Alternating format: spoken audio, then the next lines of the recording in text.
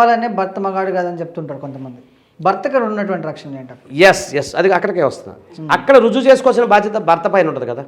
ఇప్పుడు ఒక భార్య ఉంది, సరే అతను నేను అదే ఇందాడు అడిగా ఫస్ట్, సాటిస్ఫాక్షన్ చేయలేకపోతున్నాడా మగోడు కాదా? ఇక్కడ 2 రకాల పద్ధతి వస్తుంది, మీకు అర్థమవుతుంది కదా.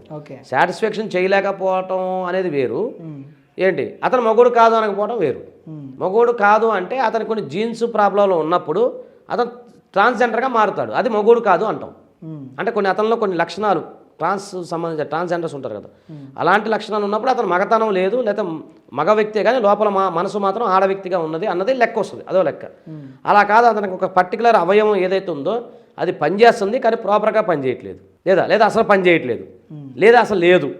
ఇన్ని రకాల కోణాలు ఉంటాయి. దాన్ని బట్టి అతను రేపు మెడికల్ టెస్ట్లో ఆ జడ్జి గారికి మనం చెప్తే, ఒక అమ్మాయి ఏం చేస్తుంది, ఒక అబ్బాయిని కావాలని, ఆ అమ్మాయికి ఎవరో XY బాయ్ ఫ్రెండ్ ఉన్నాడు, కావాలని చెప్పి అతనితో విషయం లేదు, అతని దగ్గర విషయం లేదు, అతను లేడు, అతను సబ్జెక్ట్ లేదని చెప్పినప్పుడు ఆమె కోర్టులో కేసు ఫైల్ చేసుకుంది అనుకోండి. ఆ కేసు మా దగ్గరికి వచ్చినప్పుడు మేము మెడికల్ టెస్ట్కి పంపిస్తాం. అబ్బాయిని పంపించినప్పుడు అక్కడ రుజువు చేస్తే కేసు కొట్టేస్తారు కదా.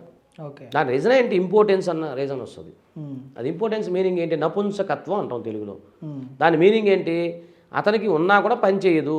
సరే మందులు వాడితే పని చేస్తుంది కొంతమందికి, కొంతమంది నర్వస్ సిస్టమ్ దెబ్బతింటుంది, కొంతమందికి మానసిక స్థితి వల్ల లెగదు,